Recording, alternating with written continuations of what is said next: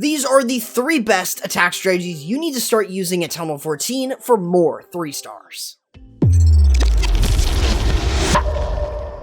Welcome back to Blueprint, my name's Corrupt. Let's start with our first army, the Mass Electro Dragon. This can be used on a fairly wide variety of bases, but specifically works best against more compact bases or bases with all-ground expos, and of course, if there's a lot of chain that you can get, even if they're a little bit more spread out. So, first things first, you're always going to be starting with your heroes before you even start touching your Electro Dragons, as basically, your heroes are going to establish a bit of a funnel, which is exactly what you want to do early on. You can have your queen move in, the king just kind of doing his own thing and tanking. Otherwise, you'll then want to prioritize into sending in your E-Drags. If you would like, you could also use a clone bomb for something like the Town Hall, which could be nice, but it really is up to you in the end. You just want to make sure that you are prioritizing cloning up the balloons over something like barbarians, but in this case, the barbarians get cloned and then some of the balloons, but otherwise, you can still take the Town Hall down with a barbarian bomb, I guess. Even then, all you're doing with that phase is just setting up one part of the funnel, which this could actually work pretty well for you. You'll then send in your Electro Dragons, since you didn't really need to use a rage spell specifically for the clone bomb or the barbarian bomb, I guess, and start using the rage spells with your Electro Dragons. You can want to use your rage spells specifically where you can get some really nice chain. This includes on getting the chain onto things like the enemy heroes, since something like a barbarian king kind of moves around, they can get some really nice chain off of that. You should also send the royal champion in with your main push, so she can take advantage of having a lot of that support, and the E-Drags can also take advantage of her damage from her Seeking Shield.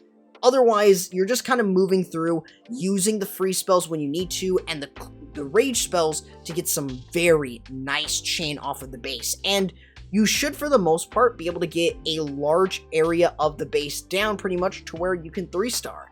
It's a simple strategy that has some flexibility to it that can work pretty darn well. We have, in my opinion, the best strategy, the Super Bowler Smash. This is the best strategy here at Town Hall 14.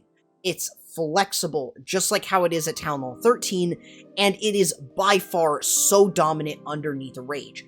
Max bowlers do insane damage, and this can work well against box bases, ring bases, really almost any type of base that you name. It is incredibly strong, and it works so well against a wide variety. So with this attack strategy, you always want to start with the Flame Flinger on one side and the Warden Walk on the other.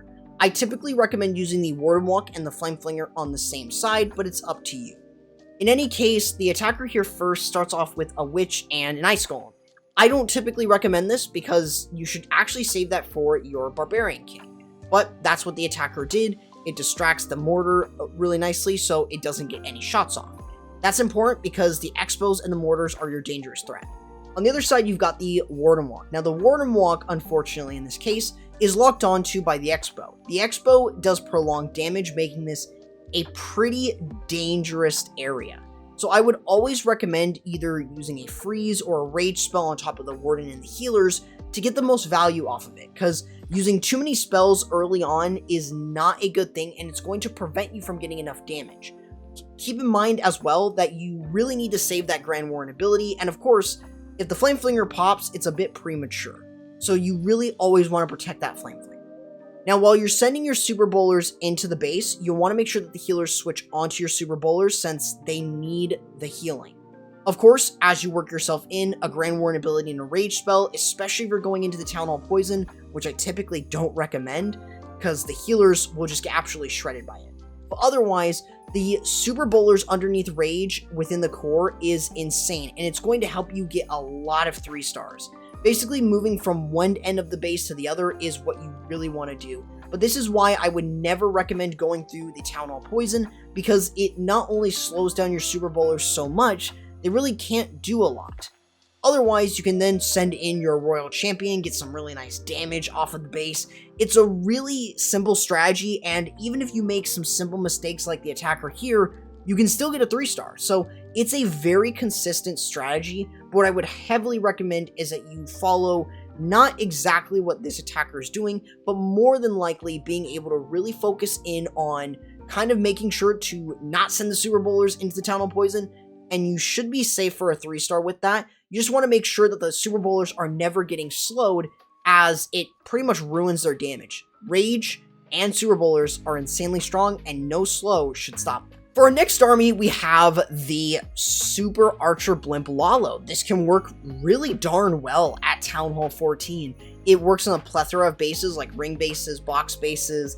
Pretty much as long as you can get a decent amount of value, including the Town Hall, this strategy is really strong. And thanks to having the Electro tie-in at Town Hall 14, having just one Electro tie-in works insanely well with the hero die. So it is a very strong strategy I would recommend using. So when you're using this strategy, you want to start with a couple groups of balloons and then the Battle Blimp or a Lava Hound and the Battle Blimp. Otherwise, when the Blimp pops, use an invisibility, wait a couple seconds before you see the Super Archers firing, drop another invisibility, your 2 clones, and a Rage. You'll then just time your invisibility spells every 4 seconds, and you want to make sure that they're removing as many defenses as possible. If they remove the enemy heroes as well, that's even better, but you should also try to remove the Town Hall, being one of the most important structures for this strategy. Otherwise, if you can remove other key defenses like the Inferno, the Eagle, any scatter shots, if you can lure out the CC, that's even better.